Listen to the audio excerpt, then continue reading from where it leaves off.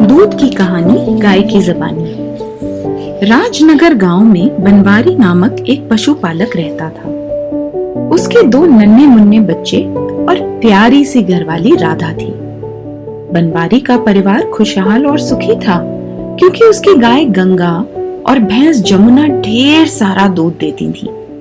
बनवारी गंगा और जमुना का दूध अपने गांव की सहकारी दूध समिति में देता था, जिसका वह कई वर्षों से सदस्य था। समिति में दूध देने से बनवारी को अच्छी आमदनी होती थी और उसके घर में किसी चीज की कोई कमी नहीं थी। उनका खान पान अच्छा था। बच्चे गांव के स्कूल में पढ़ते थे और हर त्योहार को सब उत्साह और खुशी से मनाते थे। बनवारी खुद को बहुत भाग्यवान समझता था क्योंकि उसके पास गंगा जैसी गाय और जमुना जैसी भैंस थी। राधा और बच्चे भी गंगा और जमुना से बहुत प्यार करते थे। लेकिन इस हंसते खेलते परिवार पर अचानक दुख के बादल छाने लगे। गंगा को कोई रोग लग गया और वह बीमार रहने लगी। बनवारी ने उसका इलाज घर पर ही किया, परंतु कोई असर नहीं हुआ और गंगा का दूध कम और खराब आने लगा। बनवारी की आमदनी कम हो गई और उसके घर में तरह तरह की परेशानियां आने लगी। राधा के लाख मना करने पर भी इन परेशानियों से तंग आकर बनवारी ने गंगा को बेचने का फैसला कर लिया। उन्हीं दिनों पास के गांव में पशुओं का मेला लगा हुआ था।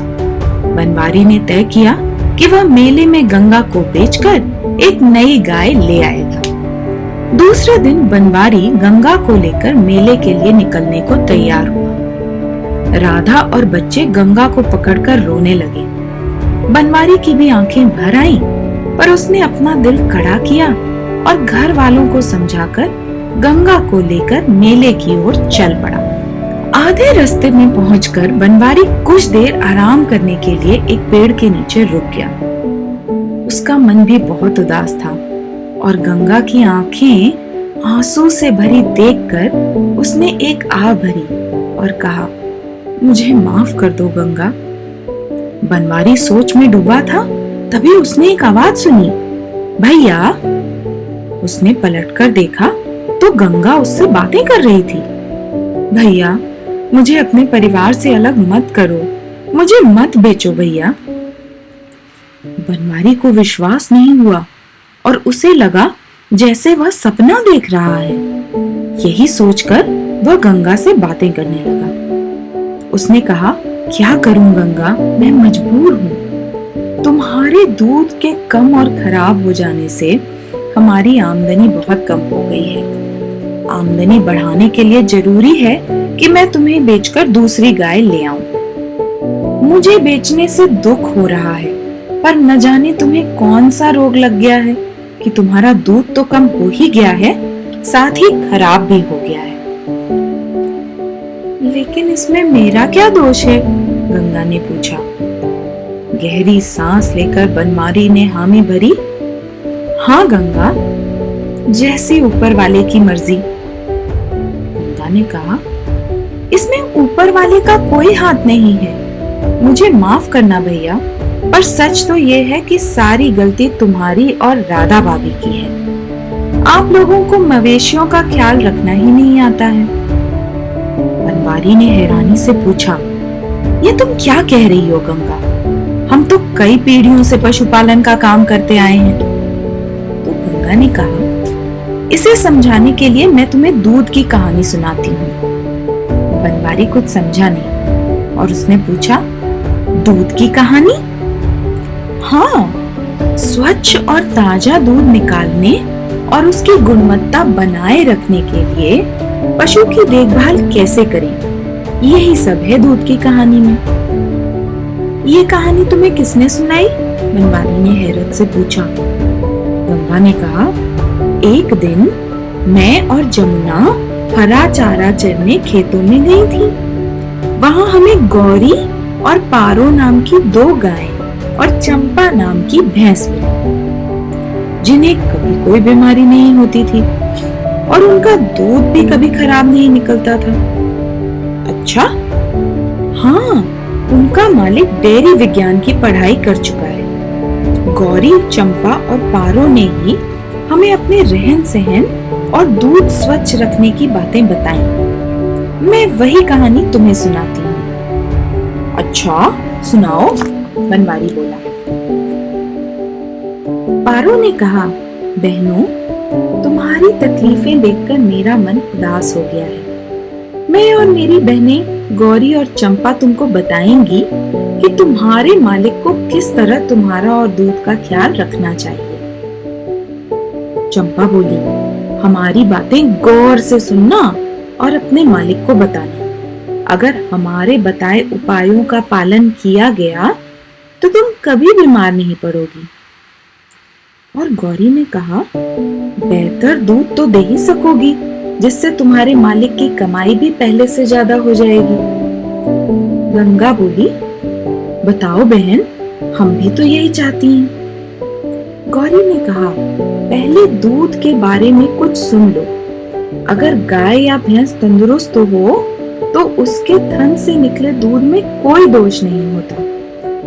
चंपा बोली, दूध की यही गुणवत्ता बनाए रखने के लिए पशु, पशुघर, पशुपालक, दूध रखने के बर्तन वगैरह की साफ सफाई पर ज्यादा ध्यान देना जरूरी है। साथ साथ दुहने के बाद जल्दी दूध को समिति तक पहुंचाना चाहिए। यदि इन बातों का ध्यान न रखा जाए तो दूध में सूक्ष्म जीवों की संख्या बढ़ जाती है और दूध खराब हो जाता है। सूक्ष्म जीव? लेकिन मैंने तो दूध में कभी सूक्ष्म जीव नहीं देखे, जमुना ने पूछा। हाँ हाँ, हमने भी नहीं देखे, बाकी सब बोल पड़े। पारो बोली, क्योंकि सूक्ष्म जीव इतने छोटे होते हैं कि आंखों से नजर नहीं आते। इन्हें जीवाणु भी कहते हैं। उन्हें सिर्फ सूक्ष्म दर्शक यंत्र से ही देखा जा सकता है। यही जीवाणु दूध की गुणवत्ता को कम कर देते हैं। यानी जो तुमने साफ सफाई की बातें बताई, उनका पालन किया जाए तो दूध अच्छा रहेगा? गंगा ने पूछा। पारो बोली, ठीक कहा बहन तुमने। अगर स्वच्छ और तंदुरुस्त गाय या भैंस को साफ सुथरा इंसान साफ बर्तन में दूहे और आसपास की जगह भी साफ हो तो दूध में जीवाणु की संख्या कम होती है। उससे दूध में मिट्टी, मक्खी इत्यादि भी नहीं आते। चंपा बोली, और अगर ऐसे दूध को ढके हुए स्टील के बर्तन में जल्दी ही समिति तक पहुंचाया जाए तो दूध की गुणवत्ता अधिक समय तक बनी रहती है। पारो ने कहा, तुम सबको जानकर ये हैरानी होगी कि अगर ऊपर बताई गई बातों का सही तरीके से पालन न करें तो डेयरी तक आते आते दूध की हर बूंद में जीवाणु की संख्या हजारों लाखों तक हो जाती है। बाप रे! हाँ, और ये जीवाणु हर 15 से 20 मिनट में दुगने हो जाते हैं, जिससे दूध की गुणवत्ता तेजी से कम होने लगती है। लेकिन स्वच्छ दूध से हमारे मालिक को क्या फायदा होगा? जमुना ने पूछा। अगर दूध साफ और ताजा रहेगा तो उसे पीने वाले सब तंदुरुस्त रहेंगे और वे हमेशा उसी डेयरी से दूध खरीदेंगे। ऐसे दूध से बनने वाली चीजें भी उच्च गुणवत्ता वाली और स्वादिष्ट होंगी। ऐसी चीजें जल्दी खराब नहीं होंगी। इससे पशुपालक और डेयरी दोनों की आमदनी बढ़ेगी, गौरी ने कहा। बहन, हमें दूध साफ रखने के उपाय बताओ, गंगा ने पूछा। उसके लिए सबसे पहले गाय या भैंस का तंदुरुस्त रहना जरूरी होता है। उसे जहां रखा जाता है वह जगह साफ सुथरी होनी चाहिए। तुम्हें कहाँ रखा जाता है? जमुना बोल पड़ी। हमें तो घर के आगे पेड़ से बांधकर रखते हैं, लेकिन बैठने की जगह गंदी हो जाती है क्योंकि मूत्र और गोबर वगैरह वहां जमा हो जाता है। वहां कोई सफाई भी नहीं करता है और हम अपनी ही गंदगी में पड़े रहते हैं। रहने की जगह पर छत होनी चाहिए और जगह हवादार और आरामदायक होनी चाहिए। साथ में साफ पीने लायक पानी का प्रबंध होना चाहिए, चंपा बोली। और इस जगह को और आसपास के क्षेत्र को साफ सुथरा रखना चाहिए। दूध दूहने की जगह पर चारा जमा नहीं करना चाहिए। गाय या भैंस रखने की जगह पर कम से कम मिट्टी की साफ सुथरी फर्श तो होनी ही चाहिए। अगर पक्की फर्श बन जाए तो और अच्छा होगा। गंगा ने पूछा, और क्या करना चाहिए? गौरी बोली, जहाँ पशुओं को बांध कर रखा जाता है वह स्थान ऐसा हो कि पानी या मूत्र बहकर नाली से निकल जाए और सोखने के लिए गड्ढे में पहुंच जाए। गोबर को पशुओं से दूर खाद के गड्ढे या गोबर गैस प्लांट में डाल देना चाहिए। इतनी कहानी सुनाकर गंगा चुप हो गई। बनवारी उसकी बातें ध्यान से सुन रहा था और आगे की कहानी सुनने को बेचैन था। उसने गंगा से पूछा, मुझे पूरी कहानी सुनाओ। और क्या क्या समझाया तुम्हें पारो, गौरी और चंपा ने? गंगा बोली, उन्होंने मुझे बहुत सी बातें बताई, लेकिन हम यहीं बैठे रहे तो शाम हो जाएगी। घर में राधा भाभी और बच्चे परेशान हो रहे होंगे। चलो अब घर चलते हैं। बाकी कहानी मैं तुम्हें रास्ते में सुनाऊंगी। बनवारी को भी बात सही लगी और वह गंगा की रस्सी खोलकर उसे लेकर घर की ओर चल पड़ा। कुछ देर चलते ही उसे याद आया और वह अचानक रुक गया और बोला, लेकिन हम तो मेले में जा रहे थे। गंगा का मन, जो घर चलने की खुशी से झूम उठा था, यह सुनकर उदास हो गया और वह बोली, भैया, मैं यह कहानी तुम्हें इसीलिए तो सुना रही थी कि अगर तुम सही ढंग से मेरा ख्याल रखोगे तो मैं कभी बीमार नहीं पड़ूंगी, जिससे मैं ज्यादा स्वच्छ और पौष्टिक दूध भी दूंगी और तुम्हारी कमाई भी बढ़ जाएगी। फिर भी तुम मुझे मेले में बेचना चाहते हो? बनवारी ने कुछ देर सोचा और बोला, अच्छा, एक बार तुम्हारे बताए तरीके से तुम्हारा ख्याल रखते हैं। अगर तुम ठीक हो गई तो हमेशा हमारे साथ रहोगी। चलो अब आगे की कहानी सुनाओ। गंगा का मन फिर खुशी से झूम उठा और उसे कहानी सुनाने के लिए आगे बढ़ी। इसके बाद चंपा और पारो ने दूध दूहने वाले के बारे में बताया। अगर दूध दूहने वाला बीमार है तो उसकी बीमारी का असर दूध पर भी होता है। इसलिए अगर किसी को सर्दी, खांसी, दस्त, क्षय रोग, चमड़ी का रोग या छूत की बीमारी हो या उसके लक्षण हो तो उसे दूध नहीं दूहना चाहिए। पारो बोली, घाव, फुंसी, फोड़े खुले हो या हाथ कहीं कट गया हो तो सही ढंग से मरहम पट्टी किए बिना दूध नहीं दूहना चाहिए। और दूध दूहने वाला साफ सुथरा होना चाहिए। उसके कपड़े धुले और साफ होने चाहिए। दूध दूहते समय दूहने वाले को और आसपास के लोगों को खांसना या छींकना नहीं चाहिए। इस दौरान वहां पान, तंबाकू, बीड़ी, पान मसाला इत्यादि का सेवन भी नहीं करना चाहिए। ये सब सुनकर बनवारी बोला, सच गंगा, हम सभी ये गलतियां करते हैं। आगे से दूध दूहते समय हम इन सब बातों का ध्यान रखेंगे। इतनी कहानी सुनते सुनाते बनवारी और गंगा घर पहुंच गए। गंगा को वापस घर आया देख राधा और बच्चे बहुत खुश हुए। राधा ने चौंक कर पूछा, अरे, गंगा को वापस ले आए? रात को खा पी कर जब सारा परिवार सोने लगा तो बनवारी ने राधा को गंगा द्वारा बताई दूध की कहानी सुनाई। राधा को सुनकर हैरत भी हुई और खुशी भी। दूसरे दिन बनवारी और राधा जब गंगा के पास गए तो राधा ने कहा, गंगा, तुम्हारे भैया ने मुझे दूध की कहानी सुनाई। तुम फिक्र मत करो, अब हम तुम्हारा वैसे ही ख्याल रखेंगे जैसे तुम्हारी सखियों ने बताया है। गंगा की आंखों में खुशी के आंसू भर आए। वह बोली, भाभी, मैं तो पूरी जिंदगी आप लोगों की सेवा करना चाहती हूँ, लेकिन और भी बातें हैं जिनका ख्याल रखना होगा ताकि मैं और जमुना स्वस्थ रहकर स्वच्छ, पौष्टिक और ज्यादा दूध दे पाए। राधा ने पूछा, गंगा, हमें और किन किन बातों का ख्याल रखना चाहिए? गंगा ने बताया, घर की मक्खी हमारी दुश्मन है।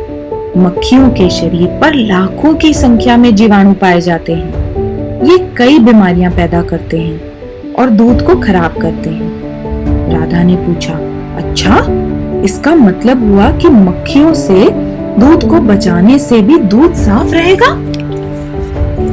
हाँ भाभी, मक्खियों और गंदगी दोनों से दूध को बचाना जरूरी है। अगर गाय या भैंस के शरीर पर गंदगी है तो उस पर करोड़ों जीवाणु पाए जाते हैं। इसीलिए दूहने से पहले उन्हें साफ करना जरूरी है। गर्मी के दिनों में पशुओं को पानी से साफ करें और सर्दियों में नरम ब्रश से घिसकर साफ करें ताकि बालों और शरीर से जीवाणु दूर हो जाए। अच्छा, इस बात का मैं ध्यान रखूंगी। हाँ भाभी, साफ दूध के लिए बर्तन भी साफ होना चाहिए। दूध के बर्तन को साबुन से धो लेना चाहिए। बर्तन में मिट्टी ना रहे, इसका पूरा ध्यान रखना चाहिए। उसे धोने के बाद तुरंत सुखाने के लिए साफ सुथरी जगह पर उल्टा रख देना चाहिए। ठीक है गंगा। गाय और भैंस के थन को साफ पानी से धोकर साफ धुले हुए कपड़े से सुखाना चाहिए। लेकिन मैं तो वैसा ही करती हूँ, राधा बोली। गंगा बोली, तुम अपनी साड़ी के पल्लू से हमारे थन को पोंछती हो, जो गंदा हो सकता है, जबकि साफ सुथरे कपड़े का उपयोग जरूरी है। दूध दूहने से पहले हर थन को 1-2 धार दूध को निकालकर फेंक देना चाहिए। इससे थन में जमा हुए कीटाणु निकल जाते हैं। दूध दूहने से पहले हाथों को साबुन से धो लेना चाहिए। दूहने वाले को अपनी उंगलियों को दूध में कभी भी डुबोना नहीं चाहिए और पशु के थन पर तेल नहीं लगाना चाहिए। दूध दूहते समय अपने शरीर का कोई अंग या कपड़ा दूध व दूध के बर्तन से नहीं लगने देना चाहिए। बनवारी बोला, अच्छा। गंगा बोली, इसका ध्यान रखना चाहिए कि थनों में जरा सा भी दूध बचा ना रहे, क्योंकि उससे थन में जीवाणु तेजी से बढ़ते हैं। इससे पशु को रोग होने की संभावना बढ़ जाती है। धोने के बाद थनों को साफ पानी से धोना चाहिए और जीवाणु नाशक आयोडोफोर घोल में डुबोना या उस घोल को थन पर छिड़कना चाहिए। चलो, इस बात का भी ध्यान रखेंगे। जिस बर्तन में दूध निकाला और समिति पर पहुंचाया जाए वह स्टेनलेस स्टील का ही होना चाहिए। उसका ढक्कन ठीक से बंद होना चाहिए, जिससे इसमें मक्खी, गंदगी आदि न गिर जाए। दूध को समिति पर जल्दी ही पहुंचाया जाए, तभी दूध ठीक रहेगा। दूध की इस कहानी को सुनने के बाद बनवारी और राधा ने गंगा के बताए रास्ते पर चलना शुरू किया। पहले तो गंगा का इलाज डेयरी के पशुओं का इलाज करने वाले डॉक्टर से कराया। सही इलाज होने से गंगा जल्दी स्वस्थ हो गई। राधा ने गंगा की बताई सारी बातों का अच्छी तरह पालन किया। गंगा और जमुना के रहने की जगह और आसपास के माहौल को राधा और बच्चों ने साफ सुथरा किया। इससे गंगा का दूध स्वच्छ और ज्यादा निकलने लगा। बनवारी के परिवार की आमदनी बढ़ गई और वह पहले की तरह खुशहाल हो गया। अब बनवारी एवं राधा और दुधारू पशु घर लाने की सोचने लगे। इस प्रकार हमने देखा कि घर में दूध देने वाली गाय या भैंस को रखकर दूध सहकारी समिति में देकर अपनी जिम्मेदारी खत्म नहीं होती। अभी हमारा देश दूध उत्पादन में दुनिया में पहले नंबर पर पहुंच गया है। मगर बदलती हुई परिस्थिति में दूध को स्वच्छ, जल्दी ना बिगड़े तथा बीमारी ना फैलाए, यह जरूरी हो गया है। इसी स्वच्छ दूध से अच्छी चीजें बने तो हमें और हमारी डेयरी दोनों को फायदा होगा। इसके लिए हम बहुत कुछ कर सकते हैं, जैसे कि पशु को साफ सुथरा और निरोगी रखना, पशु की जगह साफ सुथरी रखना, उसे साफ पीने का पानी देना, दूध दुहने और रखने के लिए स्टेनलेस स्टील के साफ बर्तन का उपयोग करना, दूध दुहने से पहले हाथों को साबुन से धोना, थन को साफ पानी से धोकर साफ धुले हुए कपड़ों से सुखाना, दूध दुहने से पहले हर थन से 1-2 धार दूध निकालकर फेंक देना। दूध दुहने वाले साफ सुथरे और निरोगी इंसान हो, जो बीड़ी, तंबाकू, पान आदि दुहने के समय उपयोग ना करें। दूध देते समय पशु को हरा चारा खिलाना, दुहने के बाद थनों को साफ पानी से धोना और फिर जीवाणुनाशक घोल में डुबोना या उन पर जीवाणुनाशक घोल छिड़कना, जिससे वह थनैला रोग से बचें। समिति तक दूध ढककर जल्दी पहुंचाना। समिति पर दूध को अगर हो सके तो ठंडा रखना, जिससे वह बिगड़े नहीं। अगर इन सब बातों पर हम अमल करें तो हमारे द्वारा समिति को पहुंचाए हुए दूध से हम सबको फायदा हो सकता है।